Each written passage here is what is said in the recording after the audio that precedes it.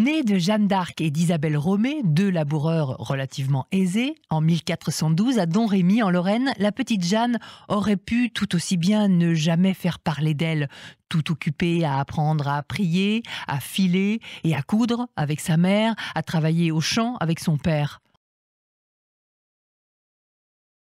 On aurait pu s'attendre à ce qu'elle se marie entre 14 et 17 ans avec un homme 10 ans plus âgé qu'elle, à la voir mère d'une quinzaine d'enfants, à la voir mourir sans tambour ni trompette entre 50 et 70 ans comme des milliers d'autres. C'était compté sans un événement imprévu qui lui arriva à l'âge de 13 ans, un jour de jeûne et de grosse chaleur estivale. Qu'a-t-elle vu en réalité ? Une lumière du côté de l'église, alors que sonnaient les cloches, dira-t-elle plus tard.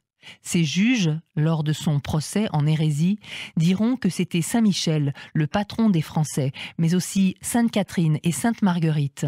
Ils diront surtout que c'était Satan, Bélial et Béhémoth, trois démons, pour l'envoyer au bûcher afin qu'elle cesse de perturber la guerre contre l'Angleterre en disant que Dieu est avec les Français. En 1429, les Anglais attaquent cette fois Orléans et Jeanne va partir pour faire lever le siège de la ville, porter secours au roi Charles VII et au royaume de France, faire libérer le duc d'Orléans prisonnier en Angleterre depuis Azincourt et pour finir, bouter les Anglais hors de France. Elle n'arrivera pas à atteindre l'ensemble de ses buts. Mais lorsqu'elle part de Vaucouleurs pour Chinon, où se trouve le futur roi, elle ne doute pas de réussir à le convaincre. Mais elle ne se doute pas de ce qui l'attend ensuite. La gloire, les batailles, le sacre du roi et pour finir, la captivité et la mort à l'âge de 19 ans.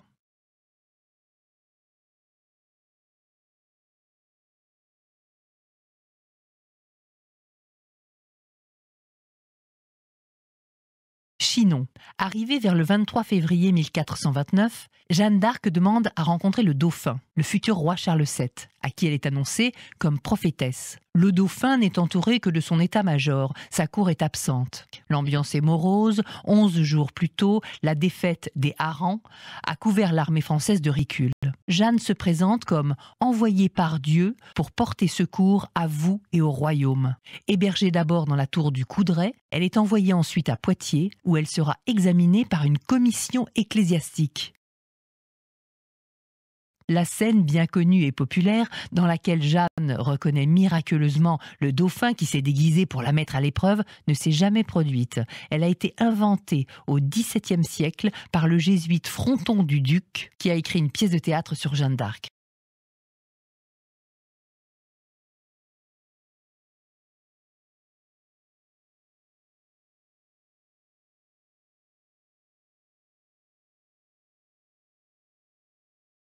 Sainte Catherine de Firebois. Jeanne d'Arc y passe le 22 février 1429, juste avant d'arriver à Chinon. Elle se rend dans une petite chapelle consacrée à Sainte Catherine, patronne des prisonniers. Ceux qui avaient échappé à un danger y apportaient un ex-voto, c'est-à-dire un objet en remerciement de l'obtention d'une grâce. Parmi ces objets, elle repère une épée.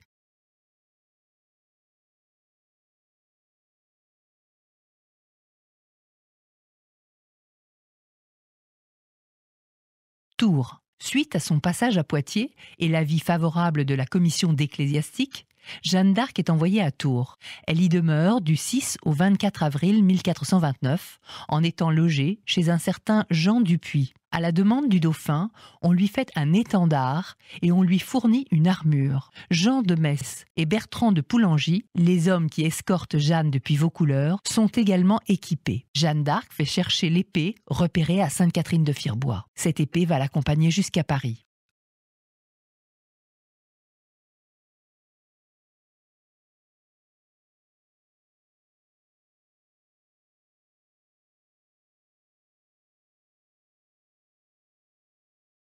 Blois. Jeanne d'Arc y séjourne du 25 au 27 avril 1429. C'est là que s'est repliée l'armée française depuis le 1er mars, après la bataille des Harengs en Beauce. La ville d'Orléans est désormais considérée comme perdue et des négociations sont en cours pour rendre la ville au duc de Bourgogne plutôt qu'au duc de Bedford, son allié. Un convoi est quand même sur le point de partir pour ravitailler les assiégés d'Orléans. Jeanne et son escorte y sont intégrés.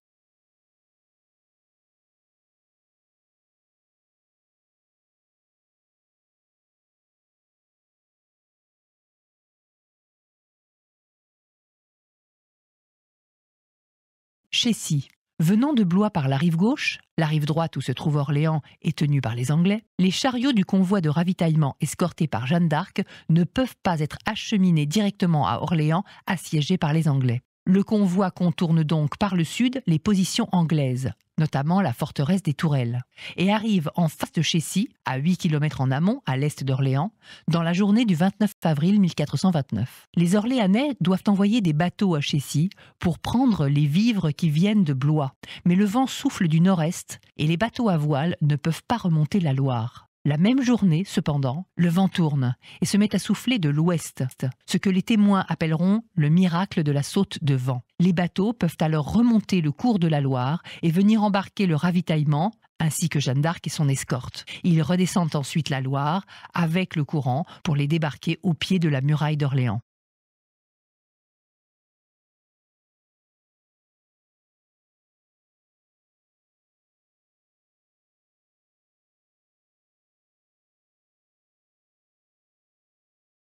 Orléans. Jeanne d'Arc entre dans Orléans le 29 avril au soir. La ville est assiégée par les Anglais depuis le 12 octobre 1428 et négocie sa reddition. Jeanne galvanise la population orléanaise, si bien que le commandant de la place, le bâtard d'Orléans appelé Dunois, se rend à Blois pour y chercher l'armée française qui entre à son tour à Orléans le 4 mai. Le jour même, la position anglaise la plus à l'est, la Bastille Saint-Loup, est reprise.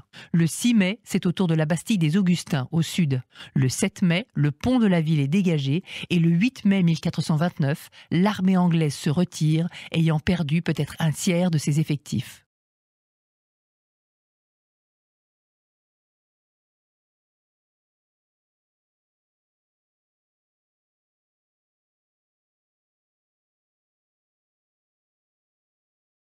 Loches. Jeanne d'Arc est probablement passée par Loches avant d'arriver à Sainte-Catherine de Firbois. Elle y revient le 22 mai 1429 pour quelques jours. Le dauphin l'a fait venir en son conseil pour y donner son avis sur la stratégie à suivre. La décision est alors prise d'aller faire sacrer le roi à Reims plutôt que d'attaquer les Anglais en Normandie. En attendant, on confie Jeanne d'Arc au duc d'Alençon. Il doit la consulter en toutes choses pour reconquérir les villes autour d'Orléans encore tenues par les Anglais.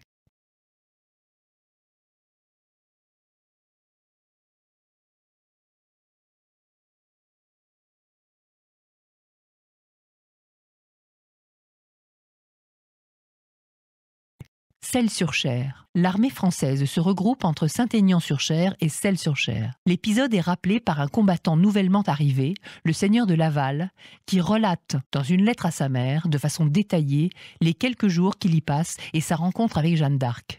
Le rassemblement terminé, l'armée regagne Orléans et se dispose à reprendre les villes voisines.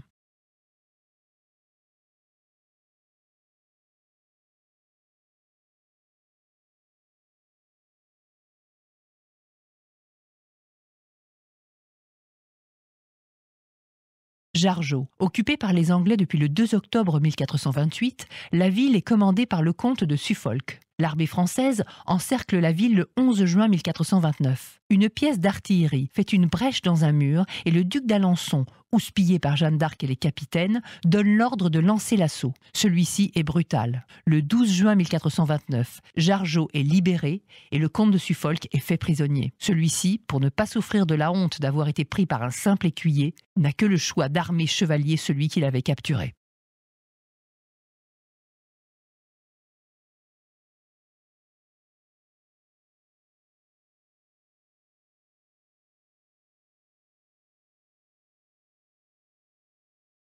Main-sur-Loire. Après la prise de Jargeau, l'armée française va assiéger Main-sur-Loire, mais dans un premier temps, elle ne peut prendre que le pont fortifié avant d'aller assiéger Beaugency.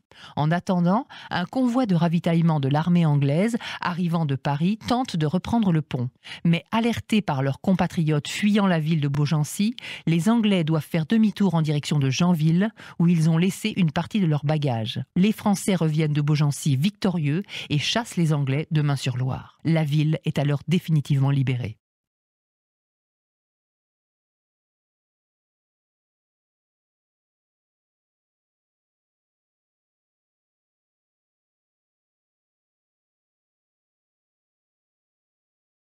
Beaugency. L'armée française commence le siège de la ville le 16 juin. C'est alors que le connétable de Richemont, révolté contre le dauphin, vient se joindre à elle. Après un moment d'hésitation, le duc d'Alençon et Jeanne d'Arc vont à sa rencontre pour l'accueillir. La soudaine affluence de troupes autour de la ville décourage les capitaines anglais, Matthew Goff et Richard Gethin, qui obtiennent de se retirer, l'un vers Le Mans, l'autre vers Paris. Le 17 juin, les Anglais battant en retraite vers Paris passent par Main-sur-Loire, où ils préviennent leurs compatriotes du prochain retour des Français, ce qui entraîne leur fuite.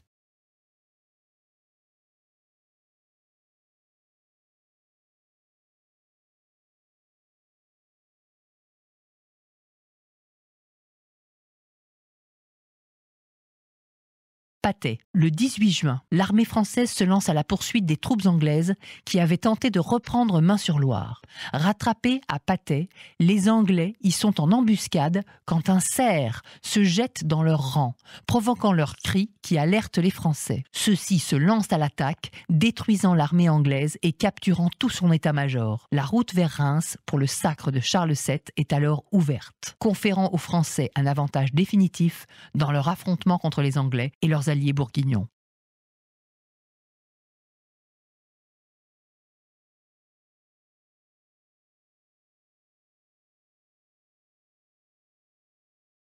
Après Patay, l'armée royale se dirige vers Montargis, point de rassemblement des différentes compagnies convoquées pour une expédition lancée vers Reims, où Charles VII sera sacré le 17 juillet 1429. En 2 mois, l'armée royale reconquiert une bonne partie de la Champagne et du bassin parisien, mais à l'approche de l'hiver, il faut ramener la majeure partie des troupes dans la vallée de la Loire, sans avoir réussi à prendre Paris, malgré la participation de Jeanne d'Arc.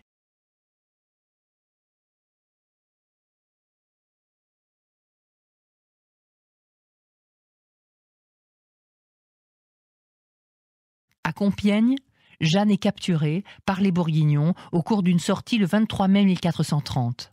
Rachetée par les Anglais, elle est envoyée à Rouen, où en janvier 1431 débute son procès en hérésie. Pour le duc de Bedford, régent du royaume anglais de France, l'enjeu est de prouver que la pucelle, qui dit agir au nom de Dieu, est une menteuse.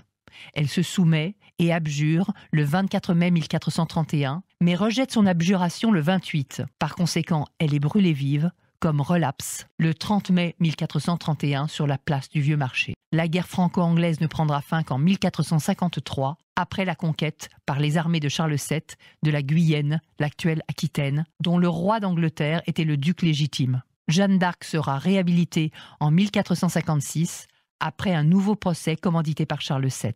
La paix ne sera officiellement signée qu'en 1475.